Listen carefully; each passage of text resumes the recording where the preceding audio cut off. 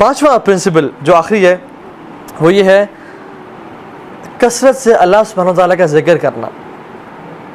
بہت امپورٹنٹ چیز ہے. ایک صحابی آیا اور کہا یا رسول اللہ نجات کا راستہ بتائیں, نجات کس میں ہے؟ فرمایا لا یزال لسانک رطبا من ذکر اللہ, اپنی زبان کو اللہ کے ذکر سے تر رکھو, اس میں نجات ہے. اپنی عقبہ بن عامر اپنی زبان کو اللہ کے ذکر سے تر رکھو. اپنی زبان کو نا دیکھیں سبحان اللہ, فرمایا لازم الاستغفار, جو شخص استغفار کو لازم پکڑ لیتا ہے کیا ہوتا ہے؟ جعل اللہ من کل ضیق مخرجا, اللہ تعالیٰ ہر تنگی سے اس کو مخرج دیں گے, نکالیں گے, ہر مصیبت سے نکالیں گے.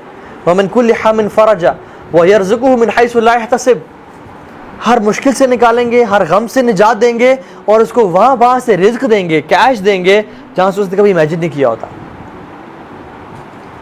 فرمایا طوبی لمن وجد فی صحیفۃ استغفار کثیرا, glad tidings to the one who found استغفار in his book with abundance.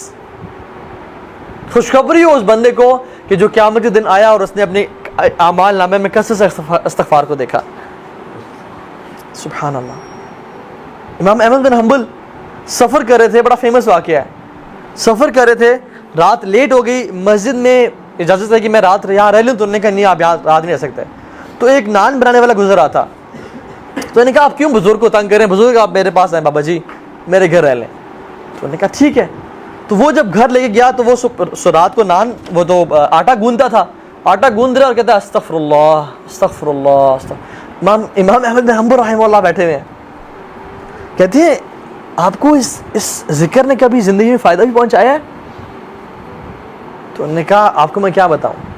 وہ اپنے پوچھ لیا ہے, پہلے میں غریب تھا, فقیر تھا, جب سے میں ذکر یہ کرنا شروع ہوا ہوں مال اتنا ہے کہ سنبھالا نہیں جاتا مجھ سے, اور ہر دعا میری اللہ رب العالمین نے قبول کی ہے, بس ایک دعا جو رہ گئی ہے.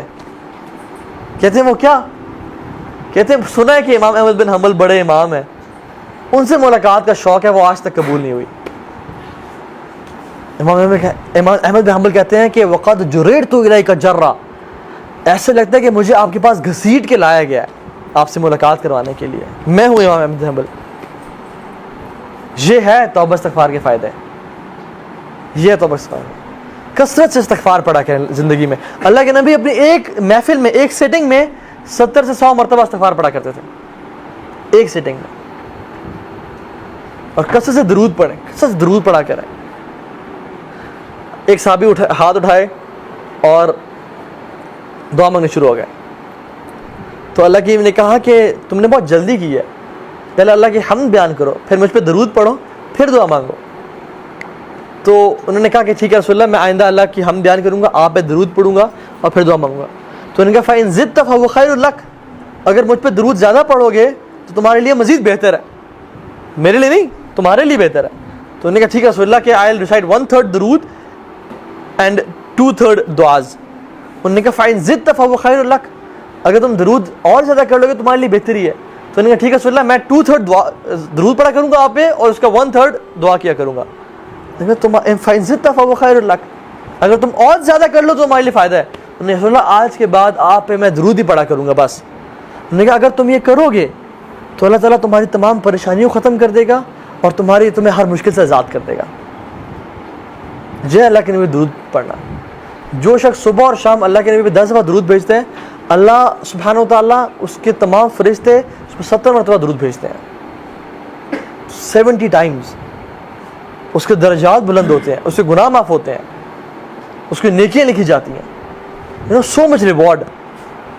اور ایک اور حدیث پتہ کیا آتا ہے, سبحان اللہ, ہم چاہتے ہیں کہ اللہ کے نبی کے سامنے ہمارا نام لیا جائے. کون کون چاہتا ہے کہ اللہ کے نبی کے سامنے ہمارا نام لیا جائے؟ ہر بندہ چاہتا ہے. ایک حدیث میں آتا ہے کہ جو شخص مجھ پہ درود بھیجتا ہے نا, میرے میں روح ڈالی جاتی ہے اور مجھے اس کا درود پہنچایا جاتا ہے.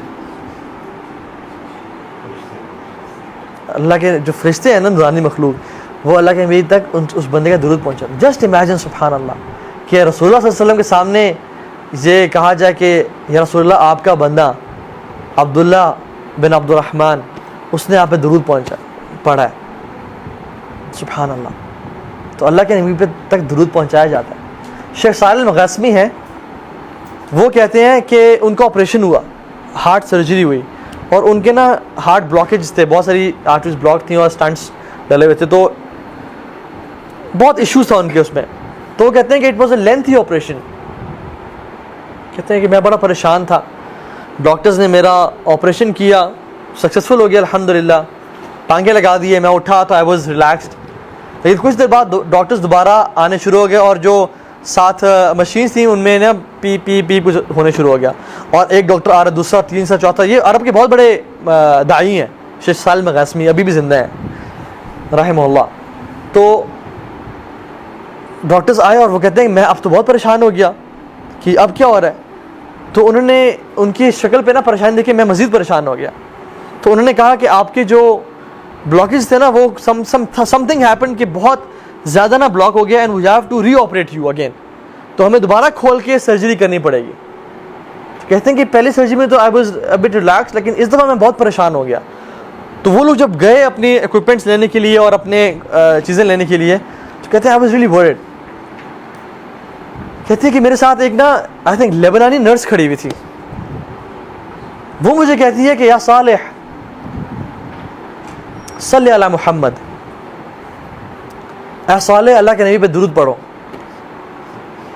اور کہتے ہیں کہ میں اللہ کے نبی پہ درود پڑھنا شروع ہو گیا اس یقین کے ساتھ کہ اللہ کے نبی نے فرمایا کہ اگر تم مجھ پہ درود پڑھو گے تمہاری ساری پریشانیاں ختم ہو جائیں گی اور تمہاری ساری مشکلات کا حل نکل آئے گا. تو کہتے ہیں کہ میں درود پڑھنا شروع ہو گیا, حتیٰ کہ جب ڈاکٹرز آئے اور دوبارہ انہوں نے مجھے کچھ چیزیں اٹیچ کی تو دے ور کنفیوز اینڈ سرپرائزڈ. اور جب میں نے پوچھا کہ یہ کیا ہوا ہے, کہتے ہیں کہ جو رپورٹس ابھی آ رہی تھیں کہ بلڈ دوبارہ جو ہے نا بلاکیجز آ گئی ہیں, they are all removed, they are all gone. اور کہتے ہیں کہ مجھے اس دن اللہ کے نبی پہ درود پڑھنے کی فضیلت سمجھ میں آئی کہ کتنا افضل ہے یہ ذکر, اللہ کے نبی پہ درود پڑھنا. سبحان اللہ. تو اپنی زندگی کو نا کثرت سے, جب بھی فری ٹائم ہے نا, درود کثرت سے پڑھا کریں, استغفار کثرت سے پڑھا کریں, دن میں 100 دفعہ سبحان اللہ و بحمدہ پڑھا کریں. اللہ تعالیٰ تمام کے تمام گناہ معاف کر دیتے ہیں جو شخص دن میں 100 دفعہ سبحان اللہ و بحمدہ پڑھ لیتا ہے.